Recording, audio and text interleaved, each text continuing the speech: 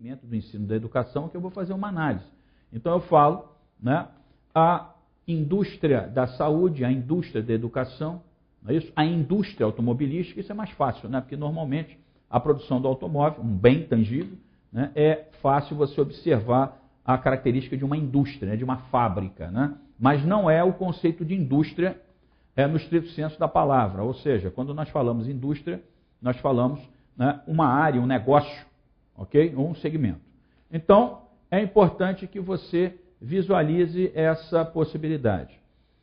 Em relação ao trabalho do próprio Michael Porter, né, vale a pena a gente falar um pouquinho sobre isso.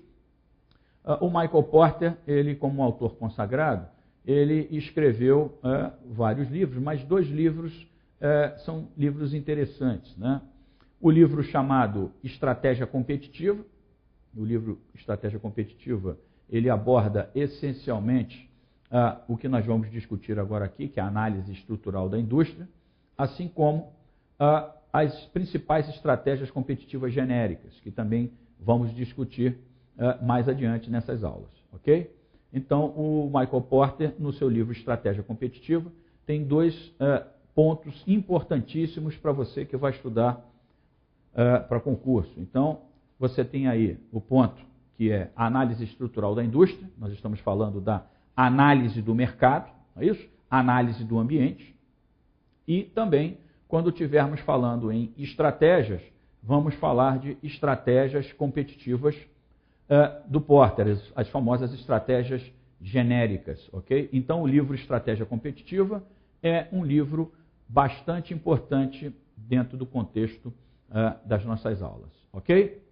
Muito bem, mas, continuando a nossa discussão, a questão da análise estrutural da indústria, a ideia é justamente efetuarmos, com base nas análises da organização interna, ou seja, se você avaliar a organização internamente, você notadamente vai perceber os recursos, capacidades e habilidades da organização, essencialmente, né, o que nós chamamos de pontos fortes e pontos fracos. E a análise do ambiente geral, o que nós já discutimos no conceito de macroambiente, e operacional, microambiente. As melhores escolhas estratégicas para o posicionamento do seu produto ou serviço no mercado. Então, observa-se que a análise estrutural da indústria é uma análise ambiental, sobremaneira, né, que, de certa forma, né, vai tentar posicionar a organização, né, de uma maneira favorável a um diagnóstico estratégico que ela possa vir a desenvolver, ok?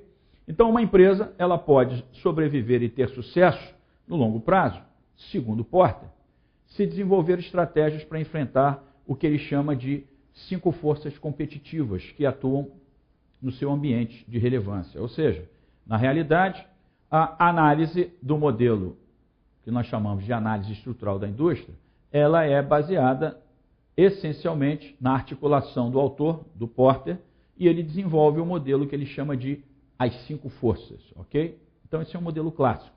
Vamos analisar o modelo do Porter, identificado como o modelo das 5 forças, ok? Muito bem, e aí nós olhamos a ideia do modelo das 5 forças do Porter, né? Você está observando que, segundo o autor, o ambiente competitivo ele pode ser avaliado utilizando esses 5 indicadores, não é isso? Se você observar ali no meio, né, no meio do nosso quadro, você vai ver que você tem ali o que nós chamamos de rivalidade entre concorrentes existentes. Ele está meio rosinha aqui, né, na coloração, ok? Essa rivalidade entre os concorrentes existentes indica o quê? Indica que, na realidade, as organizações, elas, quando avaliam a estrutura do seu ambiente, observa que eu estou falando estrutura do ambiente, eu não estou falando da estrutura organizacional. A princípio, a estrutura do ambiente externo, não é isso? Você avalia a rivalidade entre os concorrentes existentes, significa que a organização ela vai começar a avaliar os seus rivais, ou seja, os seus concorrentes diretos na indústria. Ok? Bom, considerando então que ali no centro você tem a sua organização e os seus rivais naquela indústria, você vai observar que existem mais 4 forças em que o autor identifica.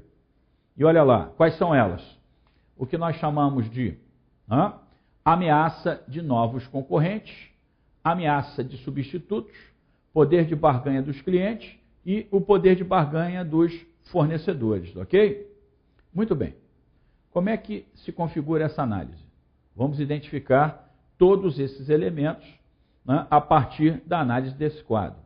Antecipando a análise, a ameaça de novos concorrentes também é identificado como ameaça de novos entrantes, ok? O que seriam esses novos entrantes? Aquelas empresas que efetivamente, em tese, não participam desse mercado ou dessa indústria e que eventualmente podem entrar nesse segmento, ok? Bom, ameaça de substitutos, como o próprio nome diz, produtos ou serviços substitutos. A ideia em que você tem um determinado produto ou serviço, e de repente você tem um novo produto ou serviço que vai substituir o seu produto, em função de uma melhor performance, uma redução de custo, uma melhor funcionalidade, uma relação de custo-benefício. E isso pode ocorrer em função de uma série de fatores. O que o autor também chama de poder de barganha dos fornecedores e poder de barganha dos clientes. Observa que poder de barganha, para nós, e para o autor, obviamente, é poder de negociação. Então, quando se fala poder de barganha ou poder de negociação, estamos falando da mesma coisa, ok? Então, você tem o que a gente chama de poder de barganha dos fornecedores. Significa dizer o quê? Significa dizer que os fornecedores, eles têm poder de negociação com as empresas, ok? Temos exemplos a discutir a respeito disso, mas lembre-se que o fornecedor da sua organização, ele pode influenciar a sua organização, não é isso? A sua organização, eventualmente, pode se tornar refém do fornecedor, não é isso? Então, quanto maior a dependência da empresa em relação ao fornecedor, maior será o poder de barganha desse fornecedor para com a empresa ou a organização em questão. A mesma análise tem que ser feita com o que nós chamamos de poder de barganha dos clientes, ok?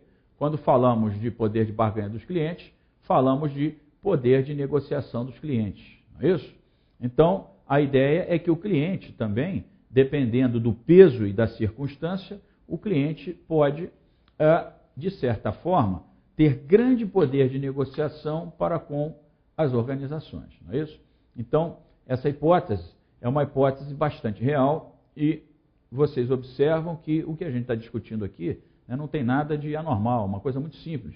Mas o modelo é um modelo que ajuda o gestor a pensar em analisar a estrutura da indústria do ambiente, ok? Por isso que nós estamos discutindo esse tema dentro do processo de planejamento estratégico.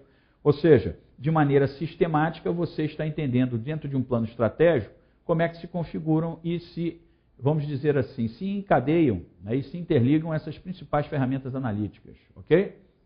Então, essa é a ideia, vamos dizer assim, objetiva do modelo do Porter, ok? Agora, é lógico que nós vamos detalhar cada um desses elementos de uma maneira mais aprofundada, ok?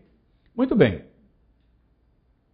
Então, esse ambiente competitivo, ele considera as 5 forças e a ideia é que a empresa, para sobreviver e ter sucesso no longo prazo, e obviamente, quando a gente fala longo prazo, a gente também está falando de maneira sustentável, ela precisa desenvolver estratégias para enfrentar essas 5 forças competitivas, chamadas genéricas, que atuam em seu ambiente relevante. Então, observa que o autor ele se posiciona numa questão de sobrevivência e sustentabilidade. Também não adianta você ser competitivo durante um ano. Você tem que ser competitivo, teoricamente, a vida toda. Ok? Então, a ideia seria você analisar o que nós chamamos de novos entrantes. Não é isso? Esses novos entrantes são os novos participantes do mercado. Eles vão ser os seus futuros rivais. Não é isso? Então, muitas ameaças para a sobrevivência no longo prazo provêm de empresas que ainda não existem ou possuem uma presença em um determinado ramo de atividade ou mercado. Então, por exemplo, a ameaça de novos concorrentes obriga a alta administração a gerenciar tendências, principalmente em termos tecnológicos, né? Então, uma nova tecnologia, um novo padrão, não é isso? Um novo material, né? Uma nova performance em termos do produto ou do serviço, né? Um novo design. Isso pode o quê? Substituir o seu produto. Né? Você imagina, por exemplo, a indústria, por exemplo, de cervejas e refrigerantes, não é isso? E você imagina que, há um tempo atrás, grande parte das cervejas, por exemplo, eram vendidas em garrafas de vidro, inclusive refrigerantes, não é isso? Então, a indústria do vidro, né, e principalmente a de garrafas, ela tinha uma demanda substancial no mercado, não é isso? Exemplo típico é que essas garrafas PET, né, essas garrafas plásticas, assim como latas metálicas, no caso o alumínio, não é isso? Elas, de certa forma, substituíram as garrafas de vidro. Então, você observa que a demanda por garrafas, né, e vasilhames de vidro reduziu substancialmente, né? Fora o perigo de se quebrar, né? O problema logístico, né, no sistema de retorno, né, de vasilhames e de engradados. Então, realmente, a substituição desse material, de certa forma, melhorou bastante a performance da própria indústria, né? Então, esse produto substituto, no caso, né, as garrafas PET, por exemplo, e as latas de alumínio, por exemplo, elas, de certa forma, substituíram em grande parte o acondicionamento dos líquidos no vidro, ok? Então, esse é um exemplo típico de novos produtos, novos serviços, ou seja, novos entrantes, que, de certa forma, eventualmente podem substituir o seu produto, ok? Então, eventualmente, um novo entrante, ele pode se tornar um rival, ou pode até o quê? Substituir o seu produto, ok? Em relação à substituição do seu produto, justamente nós vamos discutir os produtos substitutos, não é isso? Mas, eventualmente, uma indústria, por exemplo, né, a indústria automobilística, de repente você tem um novo entrante, ou seja, eventualmente uma joint venture, um novo grupo de empresas, ela eventualmente entra no mercado automobilístico, né, com nova tecnologia, não é isso? Com um novo produto ou serviço, e ele acaba se tornando também um rival. Eventualmente você tem em outras indústrias novos entrantes, eventualmente na indústria do petróleo, né, em alguns oligopólios, né, no cimento.